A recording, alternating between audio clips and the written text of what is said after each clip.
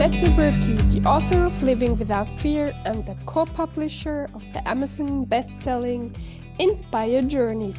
Get in touch with me if you want to start writing your book or Living Without Fear, or order my self-help book, Living Without Fear, on Amazon. And please share this podcast with a friend who you know needs to hear this episode. Subscribe to my YouTube channel, and when you write a review on your favorite podcast platform, many more people will find this episode. Today, my mom turns 88.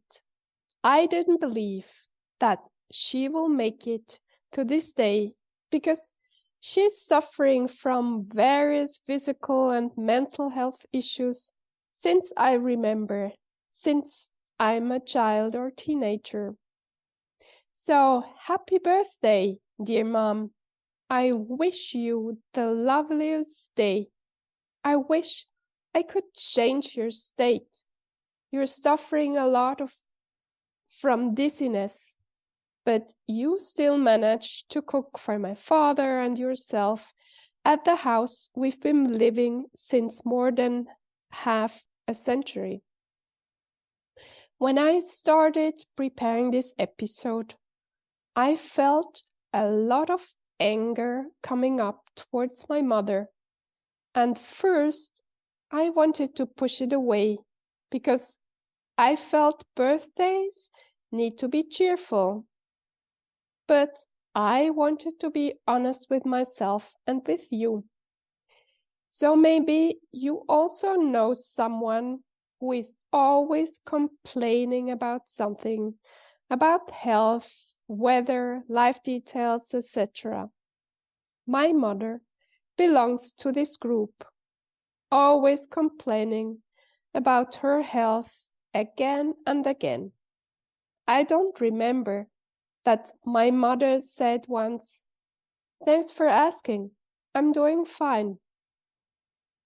There was always something wrong, and this attitude gets on my nerves.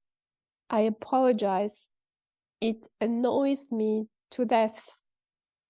Why? My mother always took herself as the center of the universe. I have described her childhood during the Second World War in Germany in my book, Living Without Fear. I know she experienced so many traumas, and she never wanted to get help to heal from them. That's why she kept on suffering. And that's why when she didn't complain about something, she wasn't open to listen to what I had wished to tell her. But she started stocking me up with stories from other people or from television series she had watched or what she had read in the newspaper. She never just listened to me. And this hasn't changed until this day. I cannot tell you how much I suffered from this.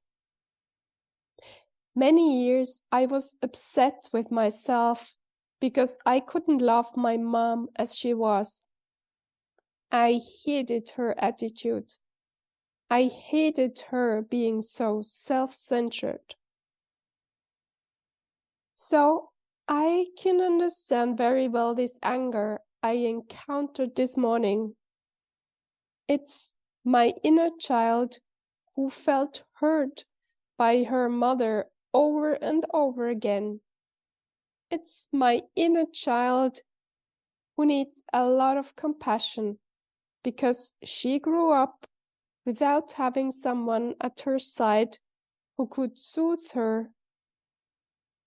Her mom always told her, "Don't make a big fuss of it," and went on. This is sad, but as I'm constantly working on it, I hope to break this pattern that has existed for generations and teach my sons something else.